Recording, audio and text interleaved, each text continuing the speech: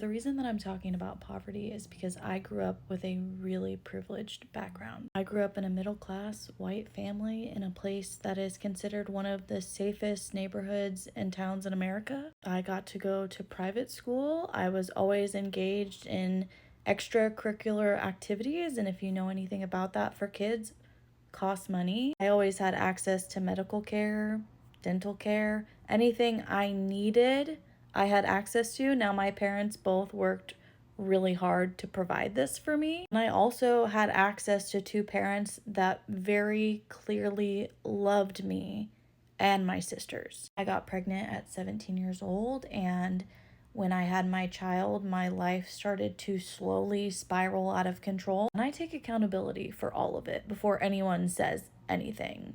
Also, I'm speaking of my past, where I am presently, much different place. For the next 10 years, I lived in a state of survival and poverty in a way that I had never experienced or even knew existed before I had experienced it. While that time in my life was very character developing, there was a lot of character development that happened there.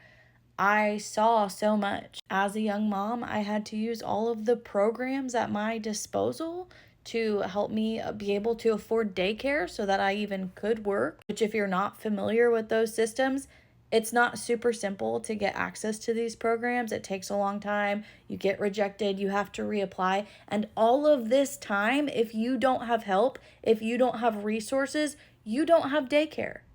I went back to work 12 weeks after my child was born when I was 18 years old to make $7 an hour, working 60 hours a week. Oftentimes, when I got home from work, I was so exhausted, I would sleep until my next shift started. After so many years of living this way at a point of complete depletion and exhaustion, I was diagnosed with thyroid cancer. This is not to mention the several sexual assaults I had encountered in those years since I was 14. The mental and emotional toll situations like that take on someone's body, their mind, add in multiple mental health issues and various other physical ailments that the doctors can't figure out. When you live in poverty, it is much easier to find yourself in a trafficking type situation. To the people out there so freaked out about trafficking with all of this righteous indignation, might I direct your attention towards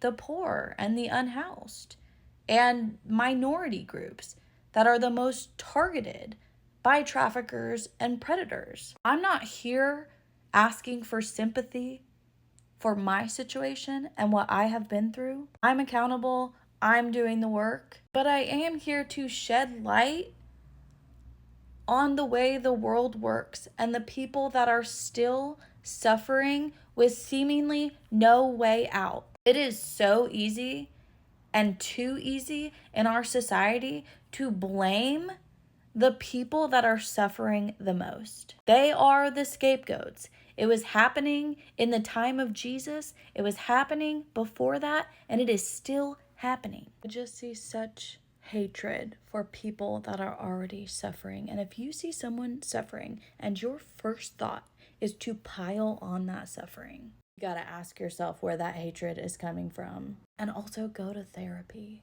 Go to therapy. Do you know how often I leave hate comments? Never. Do you know why? Because I don't hate my life.